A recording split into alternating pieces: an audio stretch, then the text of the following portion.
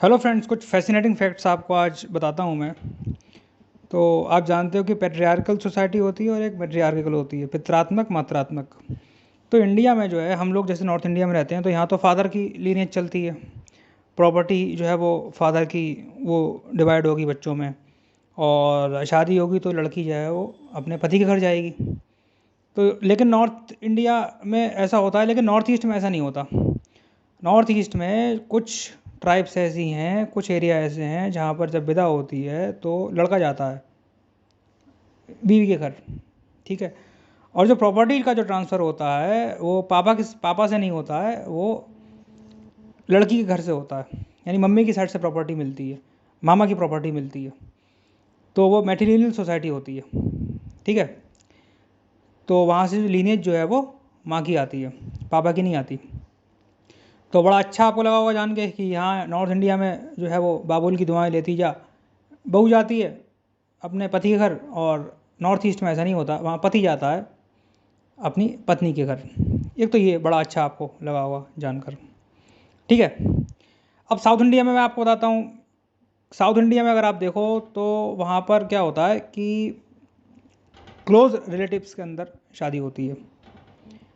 मामा की लड़की, बुआ की लड़की, इनसे भी शादी वहाँ पर वो प्रेफर करते हैं।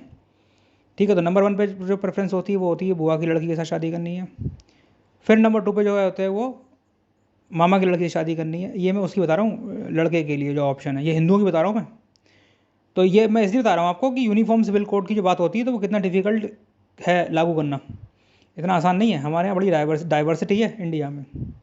तो ये भी बड़ा अच्छा आपको लगा होगा कि वहाँ पे जो है वो क्लोज रिलेटिव्स की शादी होती है। वो प्रॉपर्टी मेन इशू होते हैं उनके। देखो, जहाँ पर भी प्रॉपर्टी ज़्यादा होगी वहाँ पर जो है वो कोशिश करेगा आदमी कि अपने घर में शादी करें। ठीक है। और जहाँ किसी के पास कुछ है ही नहीं तो फिर वो क्या अपने घर में शादी करेगा, वो तो वहाँ शादी करेगा जहाँ पैसा ज़्यादा होगा। तो इसका जो है वो प्रॉपर्टी वाला इशू है मेन। तो साउथ इंडिया में ये प्रैक्टिस चीज़ें होती हैं। अब जैसे अब फादर्स डे आप मनाते हो, ये जो डे जितने आप बनाते हो, इस पर थोड़ा सा मैं आपको फैसिनेटिंग फैक्ट्स बताता हूँ।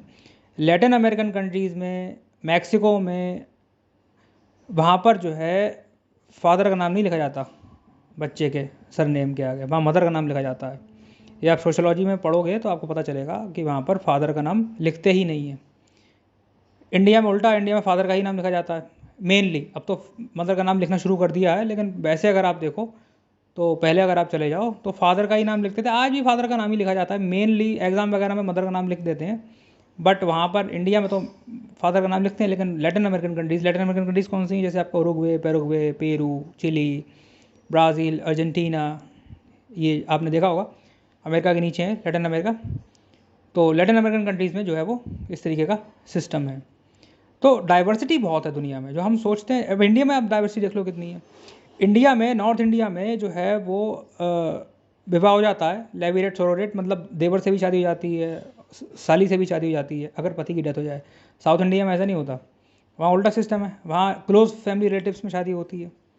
बुआ की लड़की, मामा की लड़की, आपको समझ सकते हो कि कितना क्लोज रिलेटिव हो गया। ठीक है।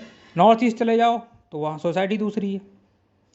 प्रॉपर्टी सबसे ज़्यादा कैसे मिलती है? जो लास्ट जो लड़की होती है उसको सबसे बेस्ट माना जाता है। उसको सब, मतलब बच्चे जैसे 4-5 बच्चे हैं तो उसमें सबसे जो लास्ट जो लड़की होगी उसमें प्रॉपर्टी का शेयर ज़्यादा होता है। अब कुछ इसमें चेंजेस आ रहे हैं। तो ये बड़ा डाइवर्स सिस्टम है। तो यूनिफॉर्म सिविल कोड की जो बात होती है तो उसमें अगर आप देखो तो ओवरऑल अगर इंडिया की हम बात करें तो ये अभी इतना आसान नहीं है लागू करना, क्योंकि हमारे यहाँ डाइवर्सिटी बहुत है। ठीक है। हाँ, अब वो आप ये कर सकते हो कि जो है वो इस्लाम का जो शरिया लॉ है 1937 का, उसको कैंसिल किया जा सकता है। मुस्लिम्स में लागू किया जाने की जो है वो कोशिश की जा रही है। लेकिन वैसे अगर आप देखो तो यूनिफॉर्म सिविल कोड लागू नहीं होगा इंडिया में। ये केवल एक बेवकूफ़ बनाने वाली बातें हैं, क्योंकि जनता जो है इतनी गहराई से पढ़ी हुई थोड़ी होती है ना, वो इतनी साइंटिस्ट होती है। उसको तो कुछ भी आप कुछ भी बोल दो तो वो चलता है। बट एक्चुअल में मैंने आपको बताया कि कितनी डाइवर्सिटी है। ऐसे ही हम और डिस्कस करते रहेंगे आपको। अब जैसे मैं आपको एक टॉपिक और बता दूं, जैसे सती प्रथा है। सती प्रथा जो है वो ऊंची जात में होती है, पहले भी होती थी। ये जो है वो जो क्षत्रिय क्लास होता था वहाँ होती थी, और पति के मरने के 1-1 2-2 महीने बाद होती थी, रेगुलर नहीं होती थी। तो ये बड़ी कास्ट में होता था। छोटी कास्ट में सती प्रथा का कोई मतलब ही नहीं है, क्योंकि छोटी कास्ट में प्रॉपर्टी नहीं है। तो ठीक है, सती प्रथा में करते क्या थे, सती प्रथा में उनको जो है वो इंटॉक्सिकेंट करके बीवी को, मतलब उनको मतलब बेहोश करके, और फिर वो बांध के बांस पे जैसे वो डेड बॉडी ले जाते हैं, और फिर उसको जो है वो क्रीमेट कर देते थे पति के साथ ज़बरदस्ती। क्यों करते थे? प्रॉपर्टी इशू था, क्योंकि प्रॉपर्टी में हिस्सा देना पड़ेगा, तो इसलिए करते थे। तो ऊंची जात में ही होती थी सती प्रथा, कभी भी लोअर कास्ट में या जिनके पास जो गरीब लोग हैं वो सती प्रथा नहीं होती थी। तो इस तरीके से आप इस एंगल से समझा करो किसी चीज़ को, और ऐसे अपनी जो है वो थोड़ा अंडरस्टैंडिंग को डेवलप करो कि क्या एक्चुअल में होता है दुनिया में और कितनी डाइवर्सिटी है। तो ये चीज़ है, आगे हम और डिस्कस करते रहेंगे। Thank you.